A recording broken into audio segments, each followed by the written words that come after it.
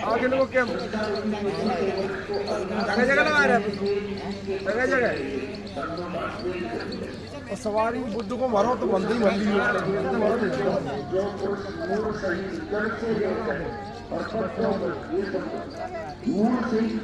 जानता है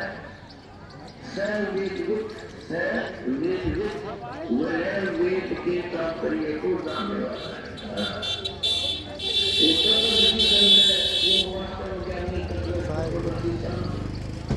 अब इसको थोड़ा सा और आगे बढ़ेंगे। जैसे ही पुस्तक मालूम देखी अध्याय नंबर 15 के श्लोक नंबर 1 नंबर दिया दूसरा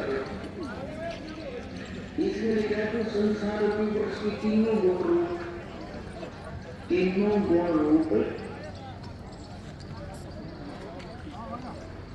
ये शाखाएं हैं, विषय प्रवाह ये शाखाएं हैं, बस इतना जाएगा।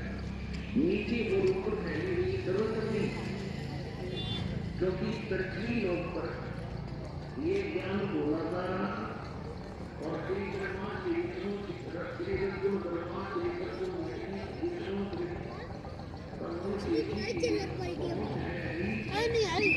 कितनी दूर है?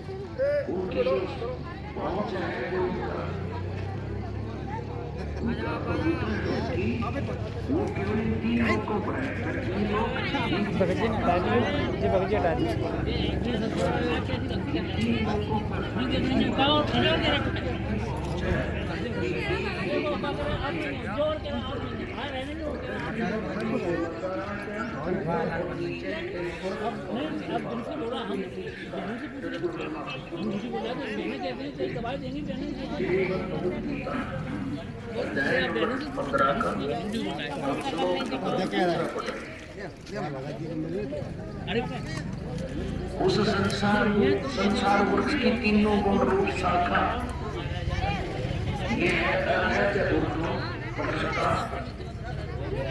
शाखा तीनों गुण रूप जड़ से बनी हुई शाखाएं नहीं है। ये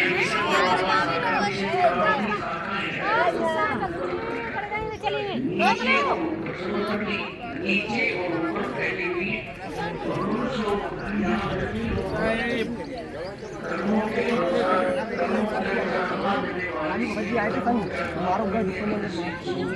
खाल पाया पूरी वो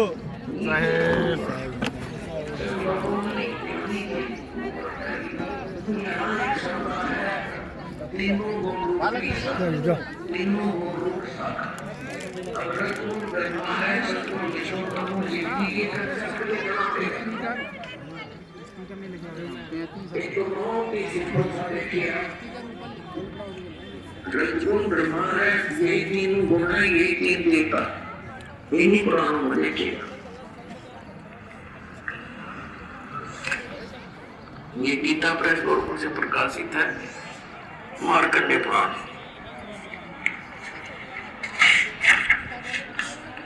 ये वही मार्कंडेय पुराण है, सचित्र मोटा टाइप।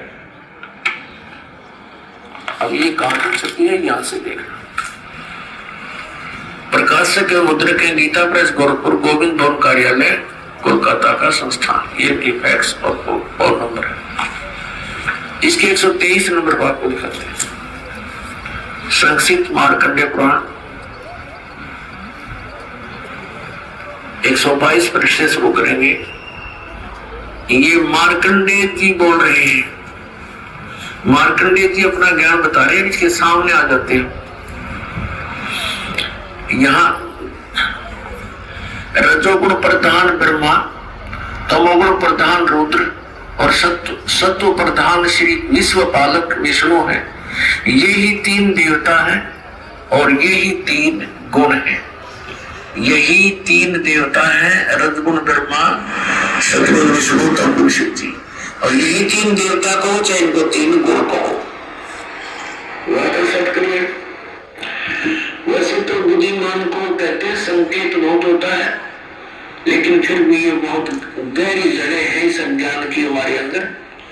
और प्रमाण देते हैं, देखिएगा, ये है श्रीमद् देवी भागवत हिंदी टीका सहित भाग 1। ये कहां से प्रकाशित है?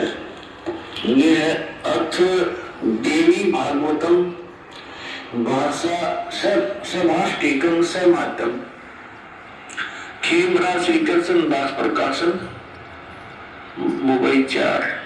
अब यहां देखना,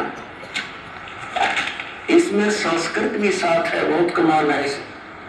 ये है अथ श्रीमद् देवी भागवते भाषा टीका युक्ते तृतीय स्कंध प्रारंभते, तीसरा स्कंध प्रारंभ हुआ। अब इसके 11वें पृष्ठ पर, तीसरे स्कंध में 11वां पृष्ठ पर हम आ गए हैं। 5वां अध्याय है ये, 5वें अध्याय का 8वां श्लोक है। 7वां समाप्त हुआ, 8वां पढ़ेंगे। भगवान शंकर कह रहे हैं, हे माता, यदि हमारे ऊपर सदा आप दया युक्त हो तो हमको तमोगुण में किस प्रकार प्रदान किया है? ब्रह्मा रजोगुण और हरि सतगुण युक्त किए हैं। क्यों युक्त किए? अब यहाँ हम हिंदी भी पढ़ेंगे, और हिंदी हमने पढ़ेंगे, संस्कृत पढ़ेंगे। ये 7वां श्लोक समाप्त हुआ, 8वां प्रारंभ हुआ। यदि व्याधर्मना न सदाम्बिके कथम अहम, किस प्रकार मैं विहित से बना दिया, उत्पन्न कर दिया तमोगुण, और कमल से उत्पन्न होने वाले ब्रह्मा को रजोगुण संभव, उसको रजोगुण बना दिया। सुविधा क्यों? सतोगुण हरि, और विष्णु जी को आपने सतोगुण क्यों बना दिया, युक्त क्यों कर दिया? इति सिद्धम रजगुण ब्रह्मा सतगुण विष्णु तमगुण शिव जी। अब हम आते हैं उस पवित्र सदग्रंथ अपनी श्रीमद् भगवद गीता के, और श्लोक अविनाशी कहते हैं, वेद जिसके पत्ते कहे, और जो इसको जानता है जड़ से लेकर नित्य तक सवेदविद, वो तत्वदर्शी संत, वेद के तात्पर्य जानने वाला। अब दूसरे में कहा कि उस संसार वृक्ष की तीनों गुण रूप रजगुण ब्रह्मा सतगुण विष्णु तमगुण शिव जी, ये विषय वासना रूपी शाखाएं समझो, और ये नीचे और ऊपर फैली हुई है, सर्वतम नहीं। ये मनुष्य लोक में कर्मानुसार भी यही हमें सुनियोजित रखते हैं, जैसा जिसका कर्म है वैसा ही देते रहते हैं। ये यहाँ पर हमें बांधे रखते हैं, बांधने वाले, और नीचे और ऊपर फैली हुई सभी लोगों में नहीं। अब तीसरे में कहा है, इस संसार का स्वरूप जैसा कहा है वैसा यहाँ विचार काल में नहीं पाया जाता। गीता ज्ञान दाता कहता है कि जो मैं तुझे अब गीता का ज्ञान तेरे मेरे विचार काल में, डिस्कशन में, गीता जी के ज्ञान की चर्चा में, इस संसार रूपी वृक्ष का जैसा स्वरूप कहा है वैसा यहाँ विचार काल में, यानी तेरे और मेरे गीता जी के डिस्कशन में मैं नहीं बता पाऊंगा, क्योंकि इसका यह विचार काल में नहीं पाया जाता, क्योंकि न इसका आदि और न इसका अंत है, कि मुझे इसका कोई ज्ञान नहीं है, तथा न इसकी अच्छी प्रकार सचिथी है। इसलिए इस सुविरड मूलम इन्होंने अनुवाद गलत किया है। अति दंड मूल वाले, ये ठीक है, इतना ही काफी है। अति दंड मूल वाले यानी ऊपर को जो दंड है वो तो है अमर स्थल, अमर स्थान परमात्मा। जैसे ऊपर को जो जड़ समझो, जहां से सब संसार की उत्पत्ति हुई है, जड़ों से पेड़ उगता है, बनता है, पौधा बनकर, तो वो आदि ऊपर के जो लोक हैं, सतलोक, अलखलोक, अवन और अकैलोक, वो तो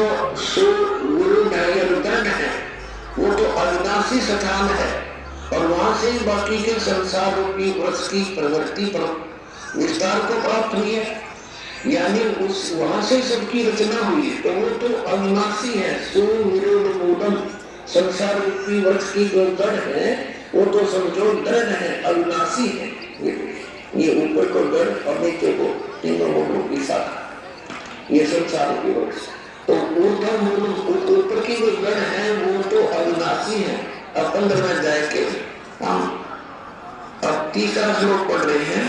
सुविरुद्ध मूलम यानी अति दृढ़ मूल के आधार से उसके पश्चात उस परम पद परमेश्वर को भली भांति खोजना चाहिए, जिसमें गए हुए साधक यानी फिर लौटकर संसार में नहीं आते, और जिस परमेश्वर से इस पुरातन यानी पुराने संसार रूपी वृक्ष की प्रवृत्ति विस्तार को प्राप्त हुई है, यानी जिस परमात्मा ने सब्रह्मंडों की रचना की है, उसी आदि पुरुष नारायण के परम अक्षर ब्रह्म के सच्चिदानंद घन ब्रह्म की मैं शरण हूं, इस प्रकार दृढ़ निश्चय करके परमेश्वर का मनन और निधि दर्शन करना चाहिए, प्रपदे मनुष्य की पूजा करनी चाहिए।